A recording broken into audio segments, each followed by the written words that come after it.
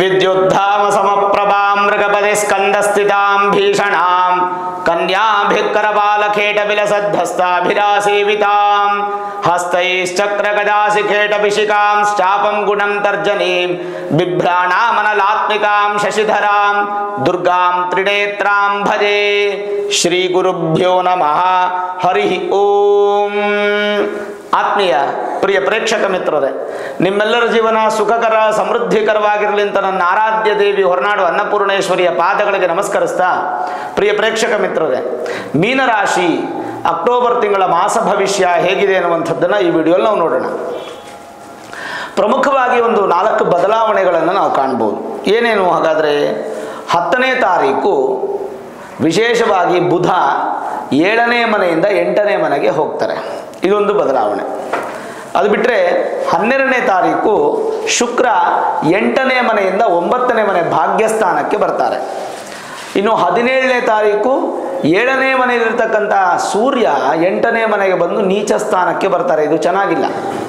ಹಾಗೆ 20ನೇ ತಾರೀಕು ಕುಜ 4ನೇ ಮನೆಯಿಂದ ಪಂಚಮ ಸ್ಥಾನ 5ನೇ ಮನೆಗೆ ಬರ್ತಾರೆ. ಅವರು ಕೂಡ ನೀಚ ಸ್ಥಾನಕ್ಕೆ ಬರ್ತಾರೆ. ಅಂದರೆ ಒಂದು ಕಡೆ ಸೂರ್ಯ ಡೆಬಿಲೇಟೆಡ್ ಆದರೆ ಇನ್ನೊಂದು ಕಡೆ ಕುಜಾನು ಡೆಬಿಲೇಟೆಡ್ ಆಗ್ತಾ ಇದ್ದಾರೆ. ಹಾಗಿದ್ರೆ ಫಲಾಫಲಗಳು ಹೇಗಿದೆ ನೋಡಿ. ರಾಶ್ಯಾಧಿಪತಿ ಗುರು ನಿಮಗೆ ಗುರುಬಲ ಇಲ್ಲ ಅಂದರೂ ಕೂಡ ಒಂದು ಸಂತಸದ ಸುದ್ದಿ ಏನಂದರೆ, ಅಕ್ಟೋಬರ್ 9ನೇ ತಾರೀಕು ಗುರು ತಮ್ಮ ವಕ್ರಗತ ಪ್ರಯಾಣವನ್ನು ಪ್ರಾರಂಭ ಮಾಡ್ತಾ ಇದ್ದಾರೆ. ಯಾವಾಗ ಗುರು ವಕ್ರಿ ಆಗ್ತಾರೋ ಅವರು ಮೀನರಾಶಿಯವರಿಗೆ 2ನೇ ಸ್ಥಾನದ ಫಲವನ್ನು ಕೊಡಲಿಕ್ಕೆ ಪ್ರಾರಂಭ ಮಾಡ್ತಾರೆ. ಅದು ಸ್ಮಾಲ್ ಸೈಜ್ ಗುರುಬಲ ಅನ್ನುವಂಥದ್ದು ಶುರು ಆಗ್ತಾ ಇದೆ ನಿಮಗೆ. ಅದೊಂದು ಬಹಳ ಮುಖ್ಯವಾಗಿರ್ತಕ್ಕಂಥ ವಿಚಾರ, ಅದನ್ನು ನೀವು ತಿಳ್ಕೊಳ್ಳೇಬೇಕು. ಅದು ಒಂದಾಯ್ತಲ್ಲ. 2ನೇದು ಏನಂತಂದರೆ, ಯಾವಾಗ ವಕ್ರಿ ಆಗ್ತಾರೋ ಗುರು, ವಕ್ರಿ ಆದಾಗ ದ್ವಿತೀಯ ಸ್ಥಾನದ ಫಲ, ಅಲ್ಲಿಗೆ ಗುರುಬಲ ಬಂದರೆ ಒಂದು ಸ್ವಲ್ಪ ಶುಭ ಕಾರ್ಯಗಳು, ನಿಂತೋದಂಥ ಕೆಲಸಗಳೆಲ್ಲ ಮತ್ತೆ ಜೀವ ಪಡ್ಕೊಂಡು ಪುನಃ ಪ್ರಾರಂಭ ಆಗುವಂಥದ್ದು, ಮತ್ತು ಸಾತ್ವಿಕದ ಕಡೆಗೆ ನೀವು ಪ್ರಯಾಣವನ್ನು ನೀವು ಶುರು ಮಾಡ್ತೀರಾ. ಮನೆಯಲ್ಲಿ ಶುಭ ಕಾರ್ಯಗಳಾಗುವಂಥದ್ದು, ತಕ್ಕ ಮಟ್ಟಿಗೆ ನಿಮ್ಮ ಕೆಲಸದಲ್ಲಿ ಸ್ವಲ್ಪ ಸ್ಪೀಡನ್ನು ನೀವು ಹೊಂದುವಂಥದ್ದು, ಶುಭ ಕಾರ್ಯಗಳು, ಮದುವೆ, ಮುಂಜಿ, ಗೃಹ ಪ್ರವೇಶ ಇತ್ಯಾದಿ ಕೆಲಸಗಳ ವಿಚಾರದ ಬಗ್ಗೆ ಸ್ವಲ್ಪ ಚಿಂತನೆ ಮಾಡುವಂಥದ್ದು, ಇದೆಲ್ಲ ಸ್ವಲ್ಪ ಗುರು ನಿಮಗೆ ಯೋಗವನ್ನು ಕೊಡ್ತಾ ಬರ್ತಾರೆ ವಕ್ರಿಯಾದಾಗ. ಅದು ಮೀನರಾಶಿಯವರಿಗೆ ಒಂದು ಒಳ್ಳೆಯ ಫಲ ಅಂತ ಹೇಳ್ಬೋದು. ಅಕ್ಟೋಬರ್ 9ರಿಂದ ಶುರುವಾಗುತ್ತೆ. ಇನ್ನು ನಿಮ್ಮ ರಾಶ್ಯಾಧಿಪತಿ ಅವರೇ ಅಲ್ವಾ, ದಶಮಾಧಿಪತಿ ಅವರೇ. ಹಾಗಾಗಿ ಅಕ್ಟೋಬರ್ 9ನೇ ತಾರೀಕುವರೆಗೂ ಸಾಧಾರಣವಾಗಿರ್ತಕ್ಕಂಥ ಮೀನರಾಶಿಯವರಿಗೆ ಅಕ್ಟೋಬರ್ 9ರ ನಂತರ ಸ್ವಲ್ಪ ಸಂತಸದ ವಾತಾವರಣ ಉತ್ಪತ್ತಿ ಆಗತ್ತೆ. ಅಲ್ಲಿಂದ ಕ್ರಮವಾಗಿ ನಿರಂತರವಾಗಿರುತ್ತೆ. ಸುಮಾರು ದಿನ 117 ದಿನ ಏನೋ ಇರುತ್ತೆ, ಫೆಬ್ರವರಿ 4ನೇ ತಾರೀಕುವರೆಗೂ. ಆದರೆ ಅಕ್ಟೋಬರ್ 9ರ ನಂತರ ಒಳ್ಳೆಯ ಸಮಯ ಮೀನರಾಶಿಯವರಿಗೆ ಶುರುವಾಗುತ್ತೆ. ಇನ್ನು ರಾಶಿಯಿಂದ 12 ಮತ್ತು 11ನೇ ಮನೆ ಅಧಿಪತಿ ಆಗಿರ್ತಕ್ಕಂಥ ಶನಿ 12ನೇ ಮನೆಯಲ್ಲಿದ್ದಾರೆ. 7.5 ನಡೀತಾ ಇದೆ. 7.5 ಇದ್ದಾಗ ಶಿವಾರಾಧನೆ ಮಾಡುವಂಥದ್ದು, ಶನೀಶ್ವರನ ದೇವಸ್ಥಾನಕ್ಕೆ ಹೋಗುವಂಥದ್ದು. ಇದು ಬಿಟ್ಟರೆ ಬೇರೆ ಯಾವ ಪರಿಹಾರವೂ ಇಲ್ಲ.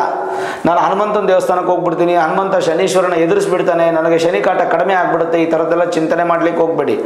ಏನಿದ್ರೂ ಶನೈಶ್ವರನ ದೇವಸ್ಥಾನಕ್ಕೆ ಹೋಗಿ ಆ ಸ್ವಾಮಿಯನ್ನೇ ದರ್ಶನ ಮಾಡಿ, ಸ್ವಾಮಿಗೆ ತೈಲಾಭಿಷೇಕವನ್ನು ಮಾಡಿಸಿ, ನೀಲಿ ಪುಷ್ಪದಿಂದ ಅರ್ಚನೆ ಮಾಡಿಸಿ, ನೀಲಿ ವಸ್ತ್ರವನ್ನು ಸಮರ್ಪಣೆ ಮಾಡಿ, ಶನೈಶ್ವರನ ದೇವಸ್ಥಾನದಲ್ಲಿ ಏನಾದರೂ ಶುಭ ಕಾರ್ಯಗಳಾಗ್ತಾ ಇದ್ರೆ ಅದಕ್ಕೆ ನೀವು ಪಾಲ್ಗೊಳ್ಳಿ, ಸೇವೆ ಮಾಡಿ. ದುಡ್ಡು ಕೊಟ್ಟೆ ಸೇವೆ ಮಾಡಬೇಕು ಅಂತೇನಿಲ್ಲ. ಅಲ್ಲೋಗಿ ಏನಾದರೂ ಒಂದು ಕೆಲಸ ಮಾಡಿದ್ರೂ ಸೇವೆನೇ. ಮಂದಿರದಲ್ಲಿ ಒಂದು ಅರ್ಧ ಗಂಟೆ 1 ಗಂಟೆ ಕುತ್ಕೊಂಡು ಸಮಯವನ್ನು ನೀವಲ್ಲಿ ಸ್ಪೆಂಡ್ ಮಾಡಿ ಭಗವಂತನ ಆಶೀರ್ವಾದ ತಗೊಳ್ಳೋದು ಒಂದು ಸೇವೆನೇ. ಈ ಥರದ್ದೇನನ್ನು ಮಾಡಿ. ಇಲ್ಲ ಅಂದರೆ ಶಿವಾರಾಧನೆ, ಶಿವನ ದೇವಸ್ಥಾನಕ್ಕೆ, ಈಶ್ವರನ ದರ್ಶನಕ್ಕೆ ಹೋಗಿ ಬರುವಂಥದ್ದು, ವಾರಕ್ಕೆ ಒಮ್ಮೆ ಸೋಮವಾರ ದಿನ ಹೋಗಿ ಬರುವಂಥದ್ದು ಕೂಡ ಉತ್ತಮ. ಇನ್ನು ಶನೈಶ್ಚರನ ಸಂಬಂಧಪಟ್ಟಂತೆ ಪರಿಹಾರ ಬೇಕಾ ಅಂತಂದರೆ ಖಂಡಿತ ಪರಿಹಾರ ಬೇಡ. ಈ ದರ್ಶನ ಮಾತ್ರ ಸಾಕು, ನಿಮಗೆ ಖಂಡಿತ ಒಳ್ಳೆಯದಾಗುತ್ತೆ. ಬಟ್ ಜನ್ಮಜಾತಕದಲ್ಲಿ ಶನಿ ಎಲ್ಲಿದ್ದಾರೆ ನೋಡ್ಕೊಳ್ಳಿ. ಜನ್ಮಜಾತಕದಲ್ಲಿ ಏನಾದರೂ ಶನಿ ಉಚ್ಚ ಸ್ಥಾನದಲ್ಲೋ, ಸ್ವಕ್ಷೇತ್ರದಲ್ಲೋ, ಮಿತ್ರ ಕ್ಷೇತ್ರದಲ್ಲೋ ಇದ್ದರೆ ಯಾವುದೂ ಭಯಪಡೋ ಅವಶ್ಯಕತೆ ಇಲ್ಲ. 7.5 ನಿಮ್ಗೆ ಎಳ್ಳಷ್ಟು ಸಮಸ್ಯೆ ಮಾಡೋದಿಲ್ಲ. ಅದೇ ಜನ್ಮಜಾತಕದಲ್ಲಿ ಶತ್ರುಸ್ಥಾನದಲ್ಲಿದ್ದೋ, ಅಸ್ತಂಗತನಾಗೋ, ವಕ್ರಿಯಾಗೋ, ಅಥವಾ ಪಾಪಕರ್ತರ ಯೋಗದಲ್ಲೋ, ಅಥವಾ ವಿಶೇಷವಾದಂಥ ಸ್ಥಾನ ನೀಚ ಸ್ಥಾನ ಅಂತ ಹೇಳ್ತೀವಿ, ಅದು ಭಾಳ ನೆಗೆಟಿವ್ ಆಗಿರ್ತಕ್ಕಂಥ ಸ್ಥಾನ. ನೀಚ ಸ್ಥಾನದಲ್ಲಿ ಏನಾದರೂ ಜನ್ಮಜಾತಕದಲ್ಲಿ ಇದ್ದುಬಿಟ್ರೆ ಅದಕ್ಕೆ ಖಂಡಿತವಾಗಲೂ ನೆಗೆಟಿವಿಟಿ ಅನ್ನುವಂಥದ್ದು ಹೆಚ್ಚು ಪ್ರಮಾಣದಲ್ಲಿ ಕಾಡ್ಬಿಡುತ್ತೆ. ಅದಕ್ಕೆ ನಿಮ್ಮ ಮೂಲ ಜಾತಕವನ್ನು ಒಮ್ಮೆ ನುರಿತ ಜ್ಯೋತಿಷ್ಯರಿಗೆ ತೋರಿಸ್ಕೊಂಡು ವೇದಿಕ್ ಅಸ್ಟ್ರಾಲಜಿ, ಹೈಯರ್ ಅಸ್ಟ್ರಾಲಜಿ ಪ್ರೆಡಿಕ್ಷನ್ಸನ್ನು ಮಾಡಿಸಿ ಏನಾದರೂ ಪರಿಹಾರಗಳಿದೆ ಹುಡುಕೋಬೇಕು ನಾವು. ಇದು ಗುರು ಶನಿ ಪ್ರಭಾವ ಆದರೆ ರಾಶಿಯಿಂದ ದ್ವಿತೀಯಾಧಿಪತಿ ಹಾಗೂ ಭಾಗ್ಯಾಧಿಪತಿ ಆಗಿರ್ತಕ್ಕಂಥ ಕುಜ ನೋಡಿ ಪ್ರಸ್ತುತ ಚತುರ್ಥ ಭಾವದಲ್ಲಿದ್ದಾರೆ. ಅದಾದಮೇಲೆ 5ನೇ ಮನೆಗೆ ಬರ್ತಾರೆ. ಚತುರ್ಥ ಭಾವಕ್ಕೆ ಬಂದರೆ ಏನು ಫಲ?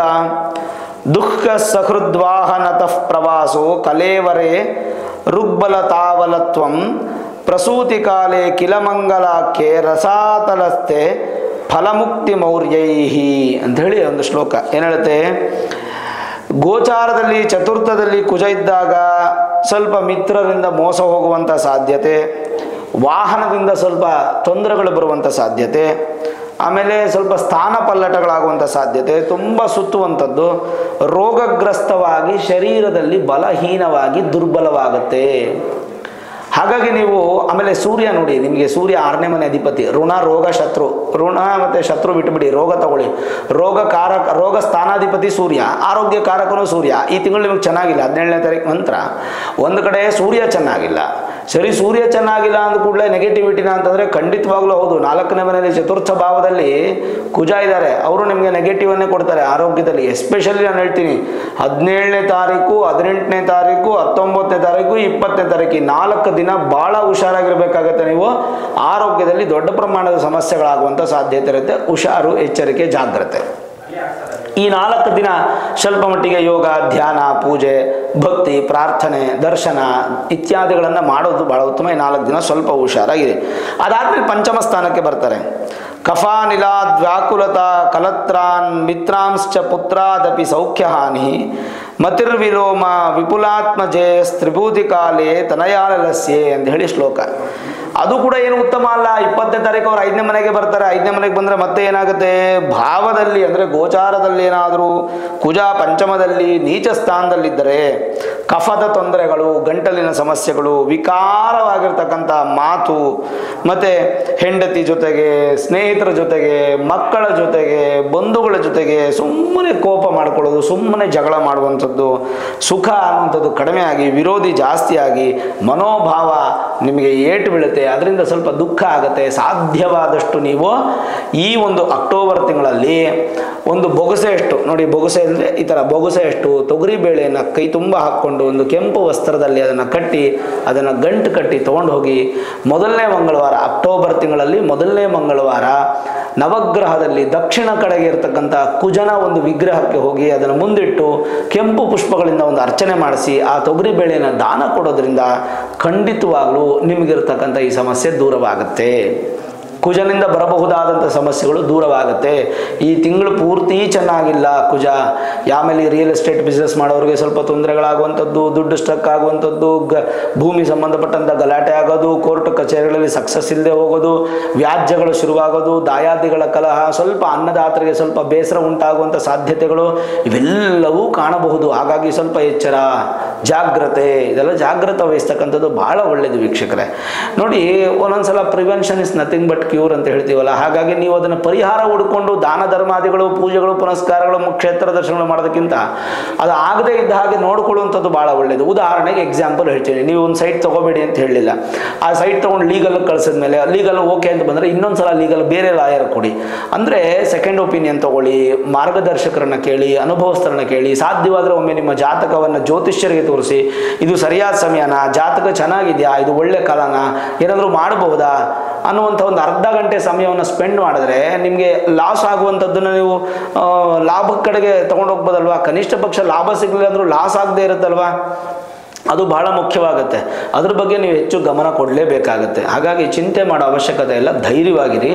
ಕುಜಗ್ರಹ ನಿಮಗೆ ಚೆನ್ನಾಗಿಲ್ಲ, ಮೀನರಾಶಿಯವರಿಗೆ ಸಾಧ್ಯವಾದಷ್ಟು ಸ್ವಲ್ಪ ಎಚ್ಚರ ವಹಿಸ್ತಕ್ಕಂಥದ್ದು ಭಾಳ ಒಳ್ಳೆಯದು. ಇನ್ನು ನೋಡಿ, ನಿಮ್ಮ ರಾಶಿಯಿಂದ 7 ಮತ್ತು 4ನೇ ಮನೆ ಅಧಿಪತಿ ಆಗಿರತಕ್ಕಂಥ ಬುಧ, ಅವರು ನಿಮಗೆ ತುಂಬ ಚೆನ್ನಾಗಿದ್ದಾರೆ. ಬುಧ ಬಂದು 10ನೇ ತಾರೀಕುವರೆಗೂ ಸಪ್ತಮದಲ್ಲಿ ಭದ್ರ ಯೋಗ ಉಚ್ಚ ಸ್ಥಾನದಲ್ಲಿ ಇರ್ತಾರೆ. ಅದಾದಮೇಲೆ ಮಿತ್ರನ ಮನೆಗೆ ಬರ್ತಾರೆ. ಅಷ್ಟಮ ಸ್ಥಾನ ಆದರೂ ಕೂಡ ಮಿತ್ರನ ಮನೆ, ಬುಧನಿಂದ ಒಳ್ಳೆಯದು. ವಿದ್ಯಾಭ್ಯಾಸ ಮಾಡುವಂಥ ವಿದ್ಯಾರ್ಥಿಗಳಿಗೆ ಅನುಕೂಲ ಇದೆ, ಅನಾನುಕೂಲಗಳೆಲ್ಲ ದೂರವಾಗುತ್ತೆ. ವಿದ್ಯಾಕ್ಷೇತ್ರದಲ್ಲಿ ಉತ್ತಮ, ಅದು ಡಿಗ್ರಿ ಆಗ್ಬೋದು, ಕಾಲೇಜ್ ಆಗ್ಬೋದು, ಪೋಸ್ಟ್ ಗ್ರಾಜ್ಯುಯೇಷನ್ ಆಗ್ಬೋದು, ಅಥವಾ ವಿದೇಶದಲ್ಲಿ ವಿದ್ಯಾಭ್ಯಾಸ ಮಾಡುವಂಥದ್ದು ಆಗ್ಬೋದು, ಅಥವಾ ಅದಕ್ಕೆ ಸಂಬಂಧಪಟ್ಟಂಥ ಟೀಚರ್ಸು, ಪ್ರೊಫೆಸರ್ಸು, ಲೆಕ್ಚರರ್ಸ್ ಆಗ್ಬೋದು. ಈ ಥರದ್ದೆಲ್ಲದು ಕೂಡ ನಿಮಗೆ ಚೆನ್ನಾಗೇ ಇದೆ. ಬುಧನಿಂದ ವ್ಯಾಪಾರನೂ ವೃದ್ಧಿ ಆಗುತ್ತೆ. ಅಕ್ಟೋಬರ್ ತಿಂಗಳಲ್ಲಿ ವ್ಯಾಪಾರಕ್ಕೇನು ಕಡಿಮೆ ಇರಲ್ಲ, ಚೆನ್ನಾಗಿ ಒಳ್ಳೆ ವ್ಯಾಪಾರ ಆಗುತ್ತೆ. ಮೀನರಾಶಿಯವರಿಗೆ ಏನು ಚಿಂತೆ ಮಾಡೋ ಅವಶ್ಯಕತೆ ಇಲ್ಲ. ಆದರೆ ಭೂಮಿ ಸಂಬಂಧಪಟ್ಟದ್ರೆ ಮಾತ್ರ ಹುಷಾರಾಗಿರಿ. ಭೂಮಿಗೆ ಸಂಬಂಧಪಟ್ಟಂಥ ಯಾವುದೇ ವಿಚಾರದಲ್ಲಾಗಲಿ ನಿಮಗೆ ಅನುಕೂಲಗಳು ಕಡಿಮೆ ಅಕ್ಟೋಬರ್ ತಿಂಗಳಲ್ಲಿ. ಯಾಕೆಂದರೆ ಭೂಮಿಯನ್ನು ನಂಬಿ ಜೀವನ ಮಾಡುವಂಥವರು ತುಂಬ ಕಷ್ಟದಲ್ಲಿರ್ತಾರೆ, ಯಾರೂ ಸುಖವಾಗಿರೋದಿಲ್ಲ. ಕಷ್ಟಪಟ್ಟೇ ಕೆಲಸ ಮಾಡಬೇಕು ಭೂಮಿಯನ್ನು ನಂಬಿ ಕೆಲಸ ಮಾಡುವಂಥವ್ರಲ್ವ. ಹಾಗಾಗಿ ನಾನು ನಿಮ್ಗೆ ಹೇಳಿದೆ.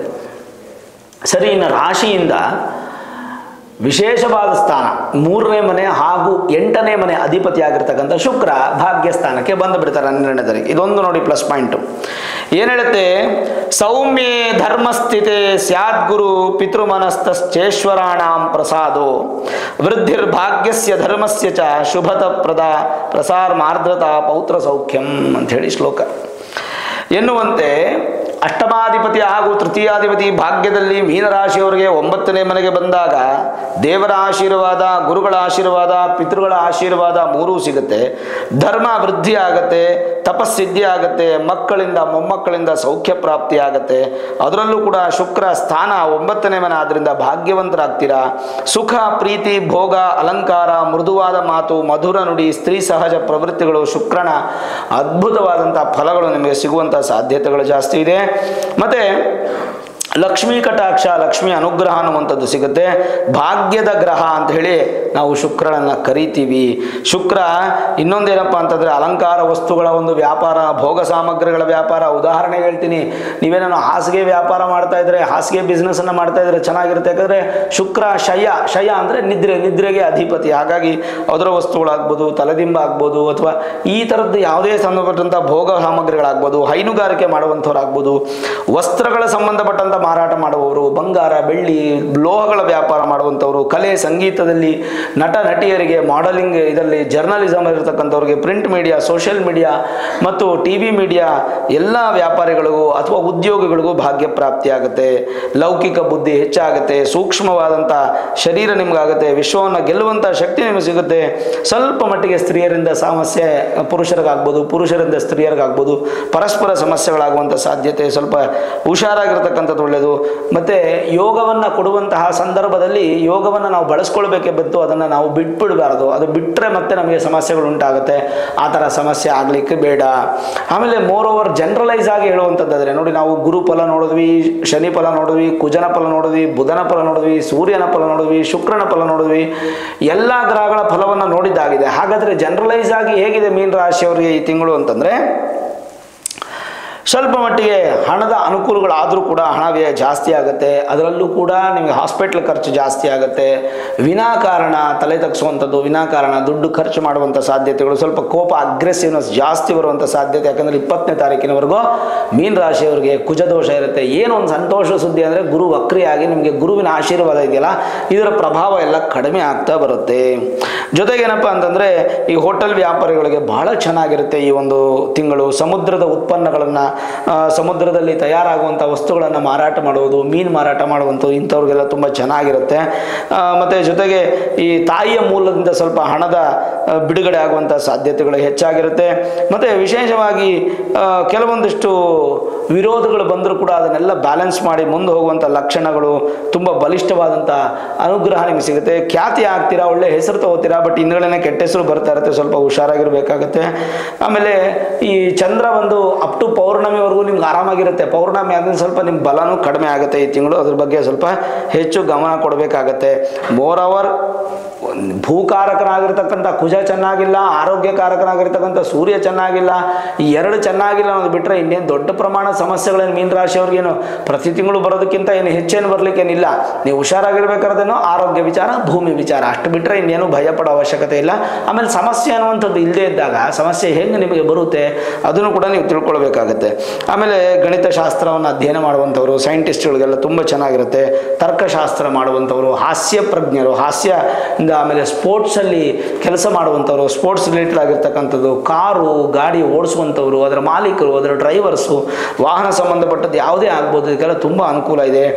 ಒಂದು ಏನಪ್ಪ ಅಂದರೆ ಶಿಕ್ಷಣ ತಜ್ಞರಾಗುವಂಥ ಸಾಧ್ಯತೆ, ಉಪನ್ಯಾಸಕರು, ಪತ್ರಿಕೋದ್ಯಮಗಳಿಗೆ ತುಂಬ ಚೆನ್ನಾಗಿರುತ್ತೆ. ತಂದೆ ಮಕ್ಕಳ ಸಂಬಂಧ ಚೆನ್ನಾಗಿರುತ್ತೆ. ಆದರೆ ಸ್ವಲ್ಪ ಕೋಪ ತಾಪಗಳು ಮಾತ್ರ ಸ್ವಲ್ಪ ಕಡಿಮೆ ಮಾಡ್ಕೊಳ್ಬೇಕು. ಸಾಧ್ಯವಾದಷ್ಟು ಮೆಡಿಟೇಷನನ್ನು ಮಾಡಿ. ಈ ತಿಂಗಳು ನಿಮ್ಗಿರೋದು ಪರಿಹಾರ ಅಂದರೆ ಶಿವನನ್ನು ಆರಾಧನೆ ಮಾಡಬೇಕು, ಶಿವನ ಕಾಲು ಹಿಡ್ಕೊಳ್ಬೇಕು. ಮತ್ತು ವಿಶೇಷವಾಗಿ ಮುಖ್ಯವಾಗಿ ಶನೈಶ್ಚರನನ್ನು ಆರಾಧನೆ ಮಾಡಬೇಕು. ಕುಜಗ್ರಹಕ್ಕೆ ನಾನು ಹೇಳಿದಂಗೆ ತೊಗರಿ ಬೇಳೆ ತೊಗೊಂಡೋಗಿ ನೀವೊಂದು ಮಂಗಳವಾರ ದಿನ ಅರ್ಚನೆ ಮಾಡಿಸಿ ಅದನ್ನು ದಾನ ಮಾಡಬೇಕು. ಇದನ್ನೆಲ್ಲ ಮಾಡೋದ್ರಿಂದ ಸ್ವಲ್ಪ ಅನುಕೂಲ ಆಗುತ್ತೆ. ಈ ಬಡ್ಡಿ ವ್ಯಾಪಾರಿ ಮಾಡುವಂಥವ್ರಿಗೆ ಸ್ವಲ್ಪ ನಷ್ಟ ಆಗುವಂಥದ್ದು, ಆಮೇಲೆ ಧಾರ್ಮಿಕ ಪ್ರವೃತ್ತಿಲಿರ್ತಕ್ಕಂಥವ್ರು ಸ್ವಲ್ಪ ಕೆಟ್ಟ ಮಾತುಗಳು ಬರುವಂಥದ್ದು, ಅದರಲ್ಲೂ ಎಸ್ಪೆಷಲಿ ರಾಜಕೀಯ ವ್ಯಕ್ತಿಗಳಿಗಂತೂ ಮೀನ ರಾಶಿಯವರು ಈ ತಿಂಗಳು ತುಂಬ ಚೆನ್ನಾಗಿಲ್ಲ. ವರ್ಸ್ಟ್ ಟೈಮ್ ಅಂತ ಹೇಳ್ಬೋದು ಮೀನ ರಾಶಿಯವರಿಗೆ, ರಾಜಕೀಯ ವ್ಯಕ್ತಿಗಳಿಗೆ ಈ ದಿನ ಈ ಒಂದು ತಿಂಗಳು ಅಕ್ಟೋಬರ್ ತಿಂಗಳು ಪೂರ್ತಿ ಚೆನ್ನಾಗಿರಲ್ಲ. ಆಮೇಲೆ ರಾಜಕೀಯ ವ್ಯಕ್ತಿಗಳು ಅಲ್ಲದೆ ಸರ್ಕಾರ ಉದ್ಯೋಗದಲ್ಲಿರ್ತಕ್ಕಂಥವ್ರು, ಪ್ರತ್ಯಕ್ಷವಾಗಿ ಪರೋಕ್ಷವಾಗಿ ಯಾವುದೇ ಥರದಲ್ಲಿ ಸರ್ಕಾರಿ ಉದ್ಯೋಗ ಮಾಡ್ತಾ ಇರ್ತಕ್ಕಂಥವ್ರು ಕೂಡ ಅಷ್ಟೊಂದಿನ ಉತ್ತಮ ಇಲ್ಲ. ಸ್ವಲ್ಪ ಹುಷಾರಾಗಿರಬೇಕು. ಸಾಧ್ಯವಾದಷ್ಟು ನಿಮ್ಮ ಮೂಲ ಜಾತಕವನ್ನು ಒಮ್ಮೆ ನುರಿತ ಜ್ಯೋತಿಷ್ಯರಿಗೆ ತೋರಿಸ್ಕೊಂಡು ವೇದಿಕ್ ಅಸ್ಟ್ರಾಲಜಿ, ಹೈಯರ್ ಅಸ್ಟ್ರಾಲಜಿ ಪ್ರಿಡಿಕ್ಷನ್ಸನ್ನು ಮಾಡಿಸ್ಕೊಂಡು ಪರಿಹಾರ ಮಾಡಿದ್ದಾದರೆ ಖಂಡಿತವಾಗಲೂ ನಿಮಗೆ ಕೆಟ್ಟದ್ದೆಲ್ಲ ಹೋಗಿ ಒಳ್ಳೆಯದಾಗಿ ಶುಭ ಫಲ ಪ್ರಾಪ್ತಿಯಾಗುತ್ತೆ. ನೋಡಿದ್ರಲ್ಲ ವೀಕ್ಷಕರೇ, ಈ ವಿಡಿಯೋ ಇಷ್ಟ ಆಗಿದ್ರೆ ಲೈಕ್ ಮಾಡಿ, ಶೇರ್ ಮಾಡಿ, ಮುಖ್ಯವಾಗಿ ನಮ್ಮ ಚಾನಲ್ಗೆ ಸಬ್ಸ್ಕ್ರೈಬ್ ಮಾಡಿ, ಬೆಲ್ ಐಕಾನನ್ನು ಪ್ರೆಸ್ ಮಾಡಿ. ಪ್ರತಿನಿತ್ಯ ನಾನು ಪೂಜೆ ಮಾಡುವಂತಹ ನನ್ನ ಆರಾಧ್ಯ ದೇವಿ ಹೊರನಾಡು ಅನ್ನಪೂರ್ಣೇಶ್ವರಿ ಆಶೀರ್ವಾದ ಅನುಗ್ರಹ ಸದಾಕಾಲ ಮತ್ತೊಮ್ಮೆ ನಿಮ್ಮ ಸಿಗಲಿ ಅಂತ ಪ್ರಾರ್ಥನೆ ಮಾಡ್ತಾ, ಸರ್ವೇ ಜನಾಃ ಸುಖಿನೋ ಭವಂತು, ಸಮಸ್ತ ಸನ್ಮಂಗಳಾನಿ ಭವಂತು.